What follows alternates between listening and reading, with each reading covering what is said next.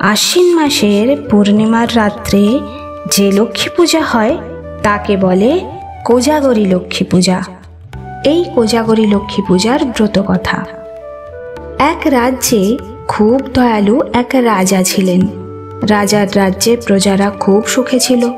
তাঁর হুকুম ছিল, রাজপুরীর ভেতর যে মস্ত বাজার হয়, সেখানে দেশ বিদেশ হতে যে সমস্ত জিনিসপত্র বিক্রির জন্য আসবে, যদি তার মধ্যে কিছু বিক্রি না হয়, তাহলে রাজা মশাই নিজে উচিত দাম দিয়ে তাই কিনে নেবেন।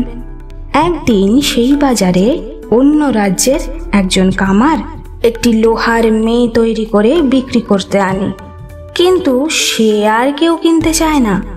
তখন সেই কামার লোহার মূর্তিটা নিয়ে রাজ্যের পথে পথে ফেরিওয়ালাদের মতো ফিরি করে বেড়াতে লাগলো আর বলতে লাগলো, ওগো, কেউ তোমরা অলক্ষ্মী কিনবে গো? রাজার কানে এই খবর যেতেই রাজা কামারকে ডাকিয়ে ন্যায্য দাম দিয়ে সেই মেয়ের মূর্তিটি কিনে একটা ঘরের ভিতর রেখে দিলেন। রাজা সন্ধ্যার সময় হাত পা ধুয়ে ঠাকুর ঘরে পূজা করতে যাবেন, এমন সময় শুনতে পেলেন যেন একটা মেয়ে কাঁদতে কাঁদতে খুব কাঁদছে। রাজা তখনই সেই স্বর লক্ষ্য করে গেলেন। গিয়ে দেখেন যে ঠাকুর ঘরে একটা পরমা সুন্দরী মেয়ে, ঘর আলো করা, লক্ষ্মীর মতো দেখতে, মাটিতে বসে দু হাতে মুখ ঢেকে কাঁদছে। রাজা খুব আশ্চর্য হলেন, আর তিনি সেই মেয়েটিকে জিজ্ঞাসা করলেন, মা, কেন কাঁদছ? তুমি কে মা? তোমার কিসের দুঃখ? তখন মেয়েটি আস্তে আস্তে বললে, আমি এই রাজ্যের লক্ষ্মী, আমায় রাজলক্ষ্মী বলে, কিন্তু আমায় রাজ্য ছেড়ে চলে যেতে হবে বলে আমার বড় দুঃখ হচ্ছে। কেননা অনেক দিন তোমার রাজ্যে আছি, 3 দিন পরে যেতে হবে, তাই কাঁদছি। রাজা তখন কাতরভাবে বললেন, কেন মা, রাজ্য ছেড়ে চলে যাবে কেন? তোমার চরণে তো কোনো অপরাধ করিনি মা। রাজলক্ষ্মী বললেন, অপরাধ না করলে আমার সাধ্য কি যে তোমাকে ছেড়ে যাই? তুমি আমাকে তাড়াতে আজ অলক্ষ্মী কিনেছ, কাজেই আর আমার এখানে থাকা হবে না। তবে যাবার আগে তোমায় এই বর দিয়ে যাচ্ছি যে তুমি কীট পতঙ্গ, পশু ও পাখিদের সমস্ত কথা বুঝতে পারবে। রাজা কি একটা বলতে যাচ্ছিলেন, এমন সময় দেখলেন যে মা লক্ষ্মী আর সেখানে নেই, অন্তর্ধান হয়েছেন। সেদিন রাজার মন খুব খারাপ হয়ে গেল। সারা রাত তিনি ঘুমোতে পারলেন না। তারপর দিন দেখলেন একটি মেয়ে আস্তে আস্তে রাজপুরী থেকে রাত্রে বেরিয়ে যাচ্ছে। রাজার কেমন একটা সন্দেহ হলো। তিনি তাড়াতাড়ি এসে জিজ্ঞাসা করলেন, কে তুমি এত রাত্রে যাচ্ছ? মেয়েটি বললে, আমি তোমার ভাগ্যলক্ষ্মী, তুমি অলক্ষ্মীকে ঘরে এনেছো বলে আমি আর থাকতে পারলাম না, তাই চলে যাচ্ছি। এই বলে ভাগ্যলক্ষ্মীও চলে গেলেন। রাজা ভাবতে ভাবতে ফিরে আসছেন, এমন সময় দেখলেন আর একটি মেয়ে ঘোমটায় মুখ ঢেকে ফটকের দিকে আসছে। রাজা থমকে দাঁড়ালেন। মেয়েটির কাছে এসে জিজ্ঞাসা করলেন তিনি, কে তুমি মা? এত রাত্রে কোথায় যাচ্ছ? মেয়েটি বললে, আমি যশোলক্ষ্মী, তোমায় ছেড়ে যাচ্ছি। কেন তা বোধ হয় বুঝতে পেরেছ। অলক্ষ্মীর জন্য আমার আর থাকা হলো না। রাজা কোনো কথাই আর বললেন না। তারপর দিন রাজা দেখলেন যে একজন পুরুষ ও একজন রমণী চুপি চুপি রাজপ্রাসাদ থেকে চলে যাচ্ছে। রাজা এসে জিজ্ঞাসা করলেন, আপনারা কে? এত রাত্রে কোথায় যাচ্ছেন? রমণী বললেন, আমি তোমার কুললক্ষ্মী, তুমি অলক্ষ্মী এনেছো বলে তোমায় ছেড়ে যাচ্ছি। পুরুষ মূর্তিটি বললেন, আমি ধর্মরাজ, তোমাকে ছেড়ে যাচ্ছি, তুমি অলক্ষ্মীকে ঘরে এনেছো বলে। রাজা তখন ধর্মকে বললেন, ধর্মরাজ, আমার কোনো দোষ নাই। আপনি জানেন আমি প্রতিজ্ঞা করেছি, যার যে কোনো দ্রব্য বিক্রি যদি না হয় আমি তা কিনে নেব। সেই প্রতিজ্ঞা রক্ষার জন্য অলক্ষ্মীকে কিনেছি। ধর্ম আমি কেমন করে ছাড়ব? আপনার ভরসাতে রাজলক্ষ্মী, ভাগ্যলক্ষ্মী, যশোলক্ষ্মী যাবার সময় বাধা দিই নাই। কুললক্ষ্মীও আপনার সঙ্গে যাচ্ছেন, তাকেও আমি বাধা দিই নাই। কিন্তু আপনাকে আমি বাধা দিচ্ছি। আমি ধর্ম ত্যাগ করি নাই, আমি ধর্মের মর্যাদা অক্ষুণ্ণ রেখেছি। সুতরাং আপনার যাওয়া হবে না। রাজার কথায় ধর্ম আর যেতে পারলেন না, কুললক্ষ্মী চলে গেলেন। এমনি করে বেশ কিছুদিন যায়।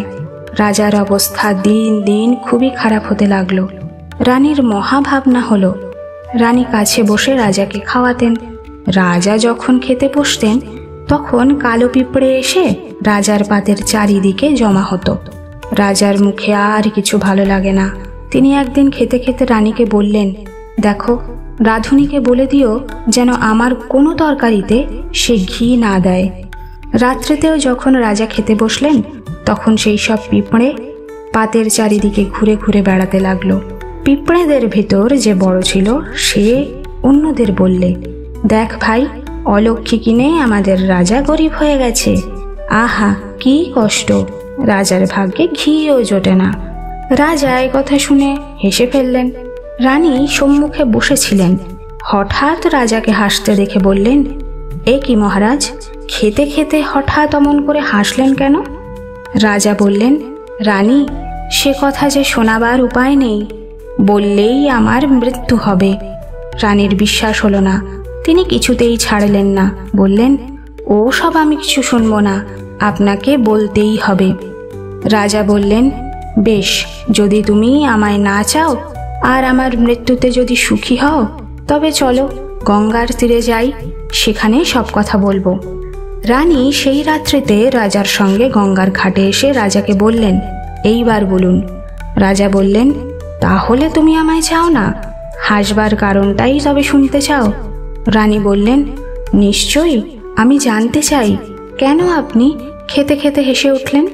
এমন সময় ঘাটের পাশে জঙ্গলের ভিতর একটা ছাগলি চড়তে চড়তে একটা ছাগলকে বললে, দেখো দেখো, ওই গঙ্গার জলে কেমন এক বোঝা ঘাস ভেসে যাচ্ছে, আমায় এনে দাও না, আমি বেশ মনের সুখে খাবো। ছাগল বললে, খেপেছিস? অগাধ জলে ঘাস ভেসে যাচ্ছে, কে আনবে? শেষে কি প্রাণটা দেব? আমি তো আর ওই রাজার মতো বোকা নই যে অন্য মানুষের কথায় আর নিজের প্রাণটা দিয়ে দেব। এই কথা শুনে রাজা কেমন চমকে উঠলেন। তখন তিনি রানীকে সেই জঙ্গলের মধ্যে ফেলে রেখে নিজের রাজ্যে ফিরে এলেন।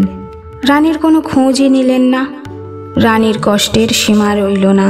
কেঁদে কেঁদে সেই জঙ্গলের মধ্যে তিনি বেড়াতে লাগলেন। এমনি করে বেশ কিছুদিন যায়।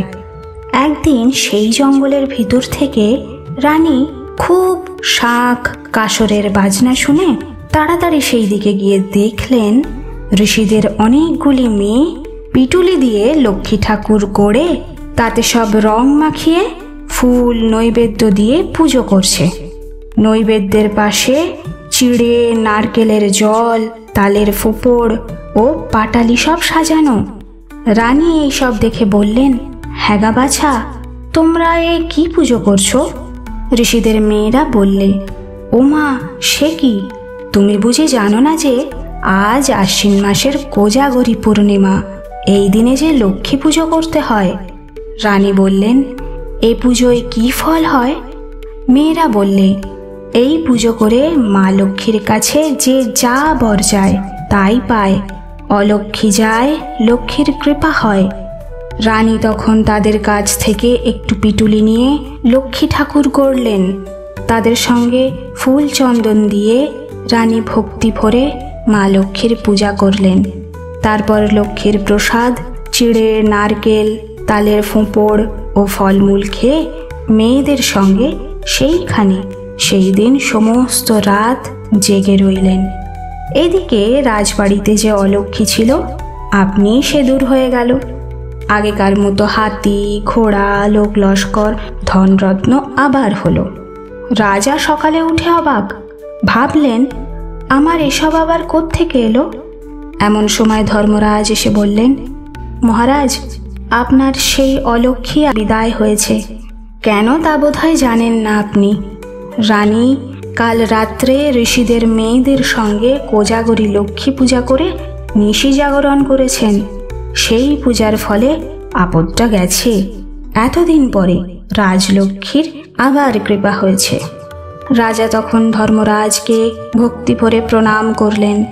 লোকজন সঙ্গে করে নিজেই রাজা গঙ্গার ঘাটে গিয়ে রানীকে খুঁজে খুব আদর যত্ন করে রাজপুরীতে ফিরিয়ে আনলেন। তারপর রানী বছর বছর খুব ঘটা করে কোজাগরী লক্ষ্মী পূজা করতে লাগলেন। দেখতে দেখতে সুখ সমৃদ্ধি উথলে উঠল। ভাগ্যলক্ষ্মী, যশলক্ষ্মী, কুললক্ষ্মী আবার সবাই ফিরে এলেন। সেই অবধি এই কোজাগরী লক্ষ্মী পূজা পৃথিবীতে প্রচার হলো।